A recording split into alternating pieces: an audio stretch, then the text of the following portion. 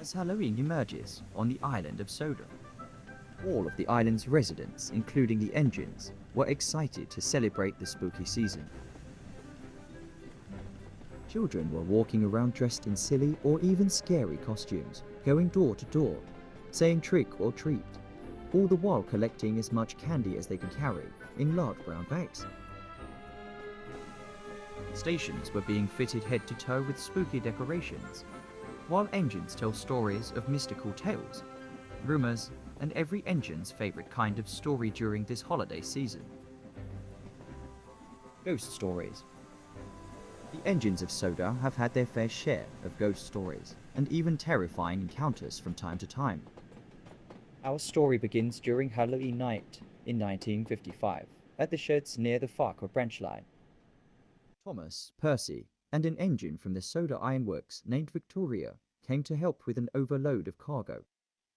Oh, how I love this time of year. Some of the engines back on my old line, particularly the smaller ones, would love playing pranks. Stations would hold costume contests. Us engines would even get involved. Oh, and the stories. How can I forget the stories? I loved the scary ones. Always managed to get me in the mood for the season. Oh, do you two like ghost stories? Perhaps any to tell?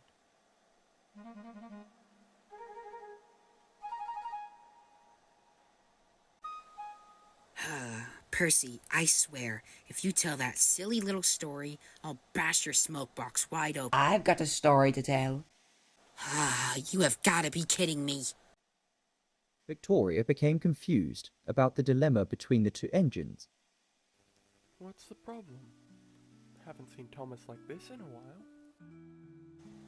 Alright, so Percy told me this story a few years back about a train who used to work on Sodor who now haunts the line looking for its next victim or something.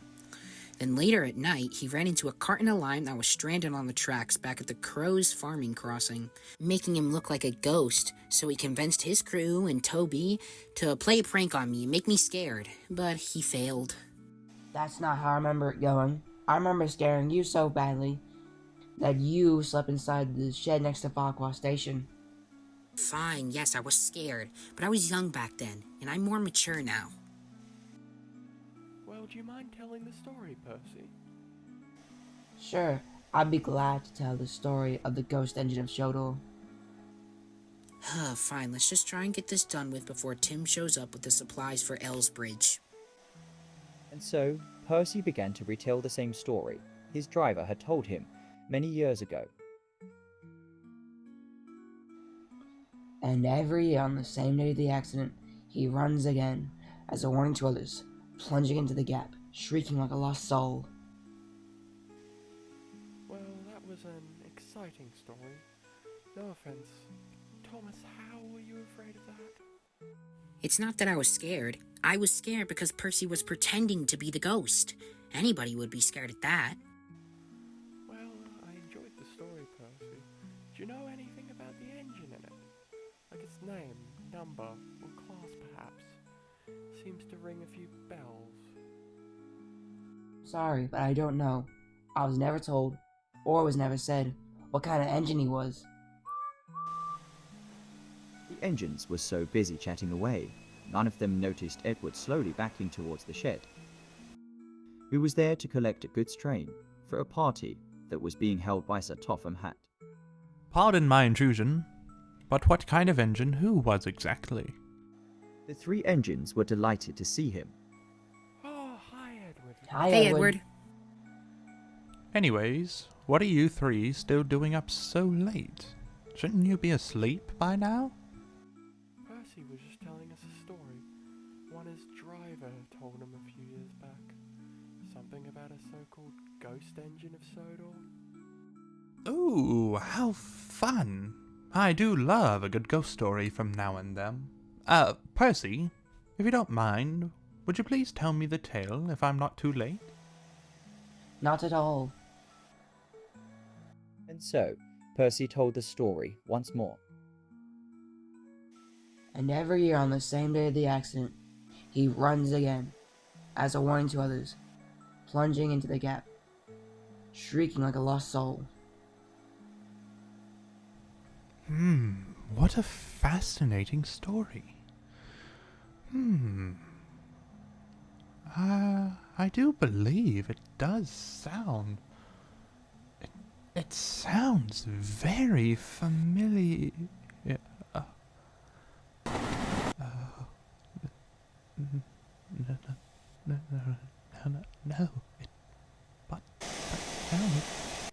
No, it can't be. No, but please, no, no. Edward, are you okay? You're scaring us. Percy, I need you to tell me where you heard this story from. My driver told me it. Why? Oh, no.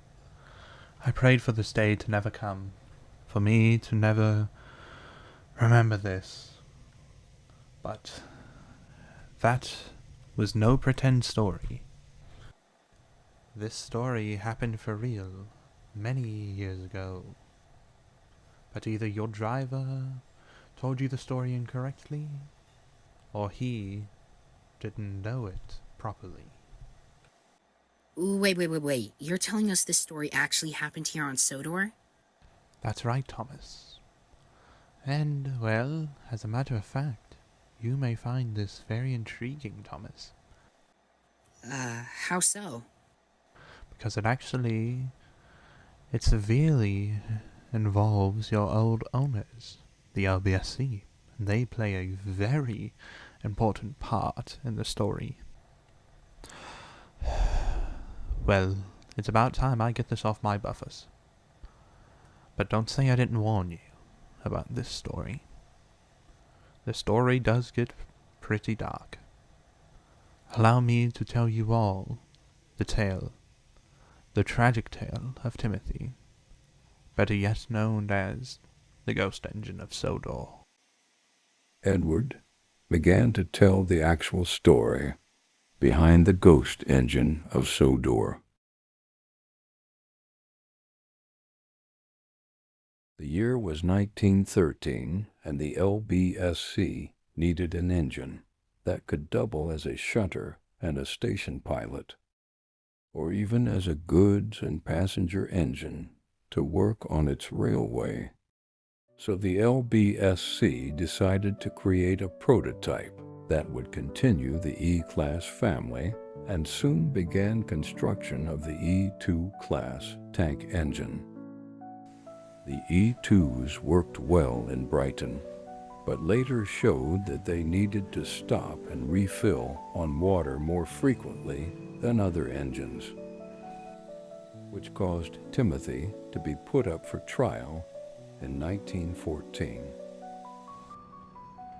Later, in 1914, Timothy was on trial on the island of Sodor to work on the Kirk Ronan branch. When Timothy arrived, he was sent to be repainted in whatever color he desired. So he chose to be painted in his silver livery with red stripes and the number 0 on his side tanks. When he was finished being repainted, he was put on passenger services due to the older engines not being able to handle the new overload of work.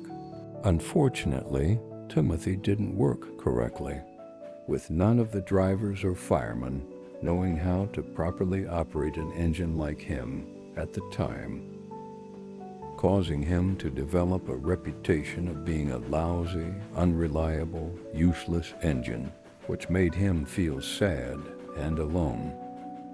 Soon, he was taken off of passenger services and was placed on shunting and goods work. There, Timothy would meet a friendly engine named Edward, and the two of them would develop a friendship. Both Timothy and Edward worked together during the construction of the Tidmouth and Knapford branches. But due to the lack of his crew's knowledge of an engine of his class, Timothy would often derail and be late for all his trains, which gave him an even worse reputation.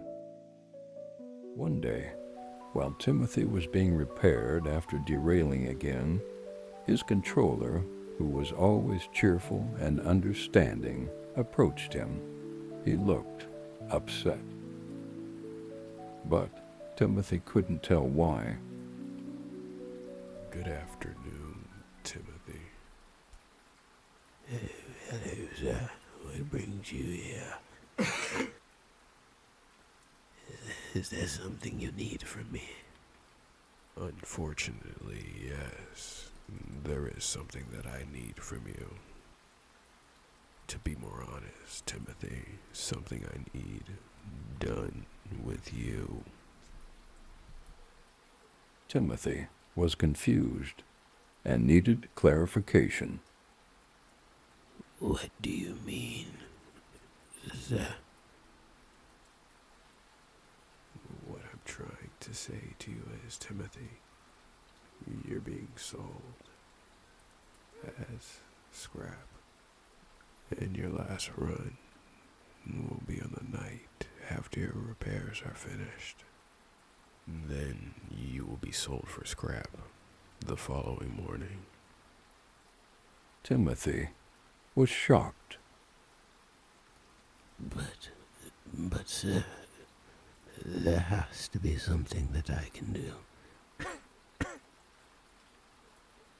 Perhaps I could be put on trial. It was either have you sent to the scrapyard or have you put on reserve.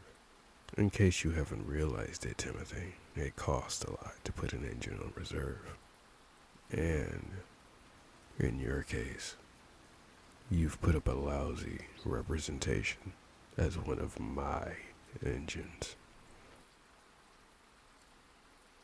There has to be someone out there who needs an engine like me.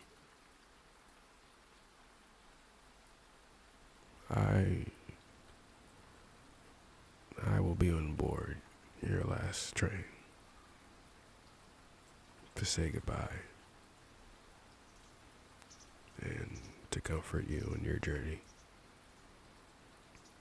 I'm sorry. Please, sir. Timothy, you know what? I don't care. As I've told you, there's nothing that I can do. It's out of my control.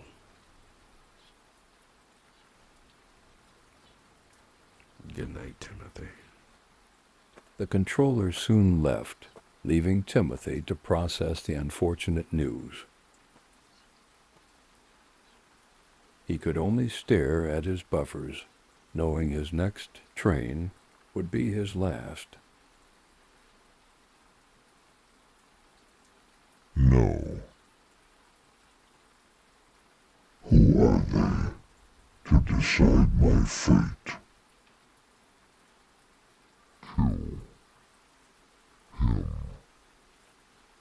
Kill them all. A sinister idea.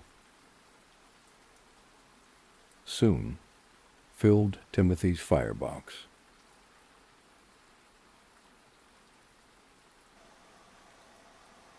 On the night of Timothy's run, he waited patiently for his passengers to load onto his train. Some of the passengers were sad to see him go, while others were happy. When all the passengers were loaded on board the coaches, the guard blew his whistle, and Timothy's driver called out, "Full steam ahead, Timothy."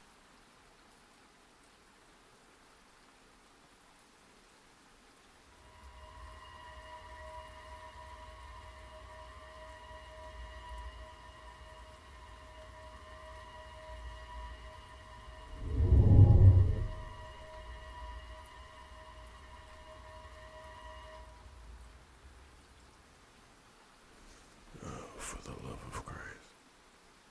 Timothy. We shouldn't keep our passengers waiting.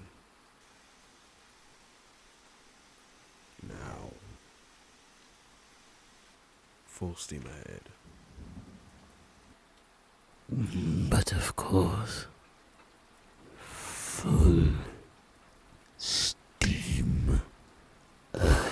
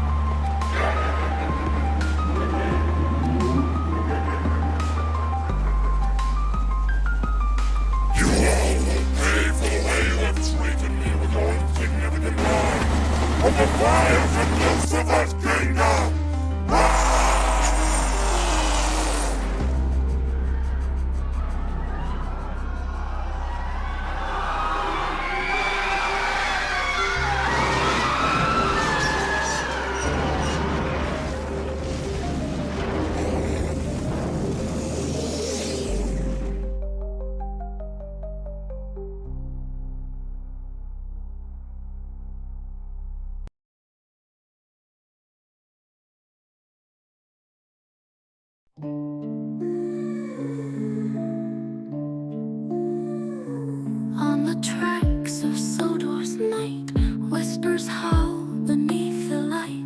A shadowed engine lost to sight. Timothy returns in fright. Once a legend, now he's real. Iron wheels that made men squeal. His ghastly presence, cold as steel. The time controller's fate concealed. Timothy, the ghost engine's might. Murders echoes through the night. Fear in every shadow's bite.